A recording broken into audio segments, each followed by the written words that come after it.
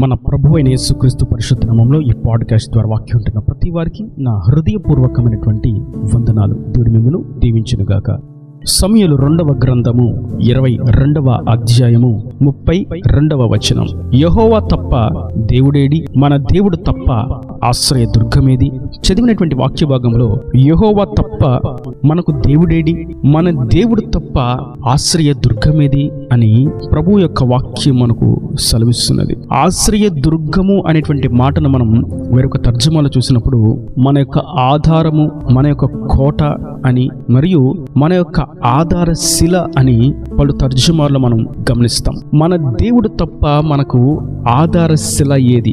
ఆధారమైనటువంటి ఒక కొండ, ఆధారమైనటువంటి ఒక బండ, ఆధారమైనటువంటి ఒక కోట, ఆధారమైనటువంటి ఒక నివాస స్థలం, ఆధారమైనటువంటి ఒక గుహ, ఆధారమైనటువంటి ఒక ఆశ్రయము, ఇవన్నీ మన దేవుడైనటువంటి యెహోవా తప్ప, మన రక్షకుడైనటువంటి యేసుక్రీస్తు తప్ప, మనలను నిత్యత్వములకు నడిపించేటువంటి పరిశుద్ధాత్ముడు తప్ప వేరొక ఆశ్రయము ఎక్కడ ఉంది? మనకు లేనే లేదు. ప్రభు యొక్క వాక్యం మట్టి మూసలో 7 సార్లు కడిగి తీసినటువంటి వెండి అంతా పవిత్రములు. ఆయన వాక్కు యొక్క శక్తి ఎంతో అపరిమితమైనది. ప్రభు యొక్క వాక్కు నేడు మనకు సెలవిస్తున్నటువంటి మాట, నేను తప్ప మీకు వేరొక ఆధార శిల, వేరొక ఆశ్రయ దుర్గము లేనే లేదు. అవును, నేటి వాక్యం ఉంటున్నటువంటి నా ప్రియ సహోదరులారా, సాధారణంగా మనం పరిస్థితులను బట్టి, సందర్భాన్ని బట్టి, అవసరతలను బట్టి, విధిని బట్టి కొన్ని ఆశ్రయాలను మనం ఎన్నుకుంటాం, కొన్ని శిలాలను మనం పొందుకుంటాం. మనకు ఆ సందర్భంలో ఆ శిల మనకు అక్కర కాబట్టి ఆ శిల యొద్దకు మనం వెళ్తాం. ఆర్థికమైనటువంటి అవసరతలు ఉన్నప్పుడు ఆర్థికంగా బలంగా ఉన్న వారి యొక్క శిల యొద్దకు మనం వెళ్తాం. అనారోగ్యంతో ఉన్నప్పుడు ఆరోగ్యాన్ని ఇవ్వగలిగేటువంటి వారి యొద్దకు, వైద్యులైనటువంటి శిల యొద్దకు మనం వెళతాం. త్రోసివేయబడినప్పుడు, తృణీకరింపబడినప్పుడు, అవమానపరిచినప్పుడు మనకు ఆదరణ కలిగించే విధంగా మనకు తోడుగా నిలబడేవారు ఎవరు అని ఆ శిల యొద్దకు మనం వెళ్తాం.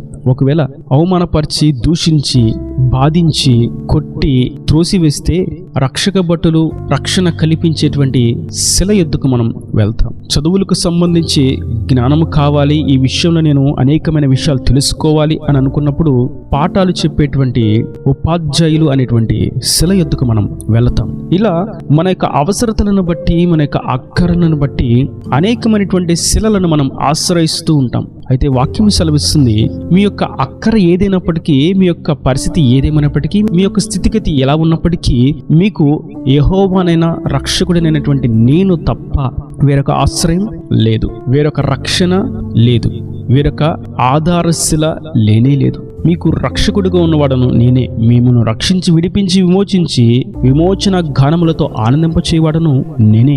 కాబట్టి మీరు వేరొక ఆధారశిలను ఎన్నుకున్నట్లయితే అది తాత్కాలికమైనదే.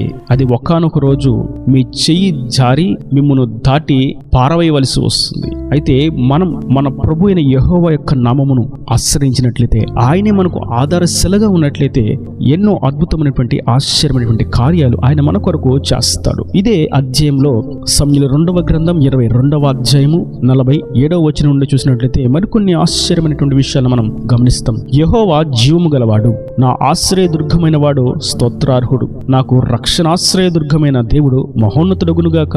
ఆయన నా నిమిత్తం ప్రతిదండన చేయు దేవుడు, ఆయన నా నిమిత్తం పగ తీర్చు దేవుడు, జనులను నాకు లోపరచువాడు ఆయనే నా శత్రువుల చేతుల నుండి నన్ను విడిపించును. నా మీదికి లేచి ఉన్న వారి కంటే ఎత్తుగా నీవు నన్ను హెచ్చించుదువు, బలాత్కారము చేయవారి చేతుల నుండి నీవు నన్ను విడిపించుదువు. ఇక్కడ మనం చూస్తున్నాం, యెహోవా మనకు ఆధారశిల, ఆయన మన రక్షణకు కూడా ఆధారశిల, ఆయన మనకు ఒక బలమైనటువంటి కొండ, ఆయన మనకు ఆశ్రయమైనటువంటి బండ. ఆయన మనకు ఆశ్రయంగా, ఆధారశిలగా ఉన్నట్లయితే మనకు కలిగేటువంటి ఎన్నో దీవెనలను ఇక్కడ మనం చూస్తున్నాం. ప్రతిదండన చేయ సందర్భంలో మన నిమిత్తం ఆయనే ప్రతిదండనను చేస్తాడు. పగ తీర్చుకునే సందర్భంలో ఆయన మన నిమిత్తం పగ తీర్చుకుంటాడు. మన శత్రులను మన చేతికి అప్పగిస్తాడు, వారిని మనకి లోపరుస్తాడు.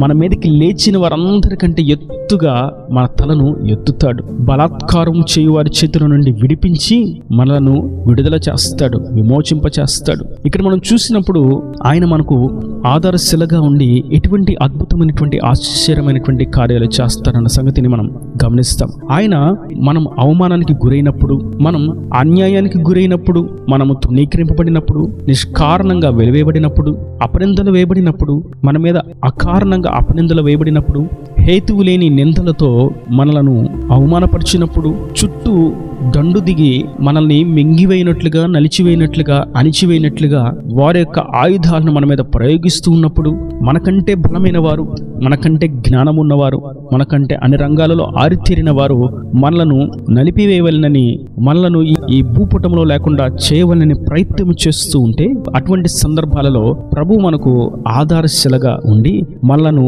రక్షించే రక్షకుడుగా ఉండి ఆయన చేతి నీడలో మనను కప్పి, ఆయన రెక్కల నీడలో మనలను భద్రపరిచి, ఆయన నీడలో మనలను దాచి, ఆయన క్షేమకరమైనటువంటి కౌగిలిలో మనలను భద్రపరిచి, అన్ని కోణాల్లో మనకు నెమ్మదిని, విశ్రాంతిని, సమాధానమును కలుగు చేస్తాను అని ప్రభు సెలవిస్తున్నాడు. నేటి వాక్యం ఉంటున్నటువంటి నా ప్రియ సహోదరులారా, మనకు ఆధారశిలగా ఎవరు ఉన్నారు?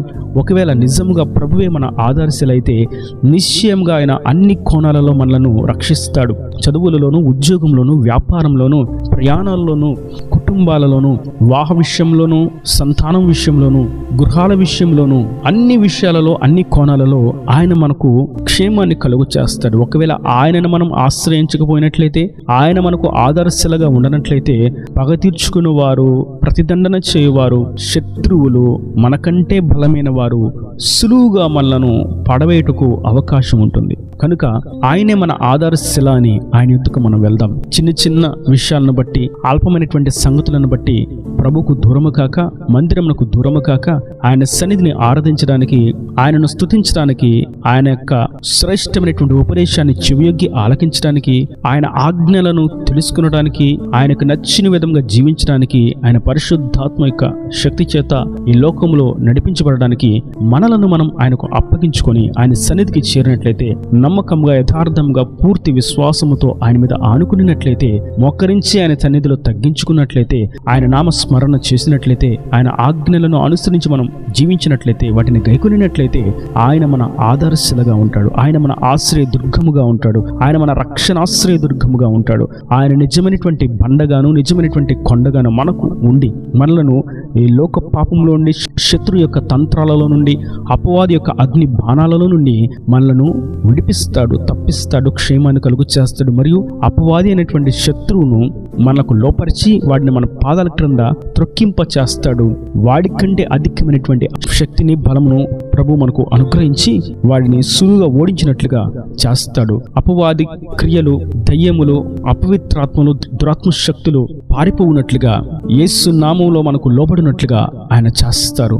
వాటి క్రియలు ఏవి కూడా మన దగ్గరికి చేరకుండా మనకు కంచె వేస్తాడు. ఎందుకంటే యెహోవా మన ఆధారశిల కాబట్టి. ఆయన మన ఆధారశిలగా ఉన్నట్లయితే ఏ చేతబడి క్రియలు, ఏ చెల్లంగి క్రియలు, ఏ దుష్ట క్రియలు, ఏ అపవిత్రాత్మలు, ఏ దురాత్మ క్రియలు, ఏ అల్లరి ఆత్మలు, ఏ లోకపు పాపాలు, ఏ తలంపుల పాపాలు, ఏ ధనాపేక్ష, ఏ విధమైనటువంటి అపవాది యొక్క తంత్రాలు కూడా మన దగ్గరికి చేరలేవు. ఎందుకంటే ఆయన మన ఆధారశిల. నేడు మనం గుర్తించవలసినటువంటి అతి ప్రాముఖ్యమైనటువంటి పక్షం ఎదురుగా మన యొక్క ఆధారశిల ఎవరై ఉన్నారు? ఆయన మన ఆధారశిలగా ఉన్నట్లయితే మనకు క్షేమము, నెమ్మది, విశ్రాంతి, సంతోషము, సమాధానము కలుగుతుందని పరిశుద్ధాత్ముడు తేటగా సెలవిస్తుండగా మనము ఆయన చెంతకు చేరదాం.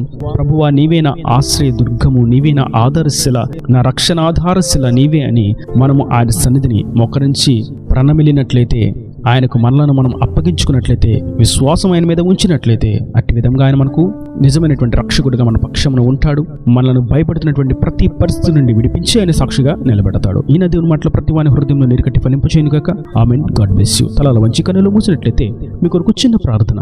ప్రేమ స్వరూపీకరణ కటాక్షం వల్ల తండ్రి, నా ప్రభువా, నేటి దినాన మీరు ఆధారశిలగా మాకు ప్రత్యక్షమైనందుకు నీకు స్తోత్రం. వాక్యం ప్రతి వారికి నీవు ఆధారశిలగా ఉండండి, రెక్కల నీడలో భద్రపరచండి.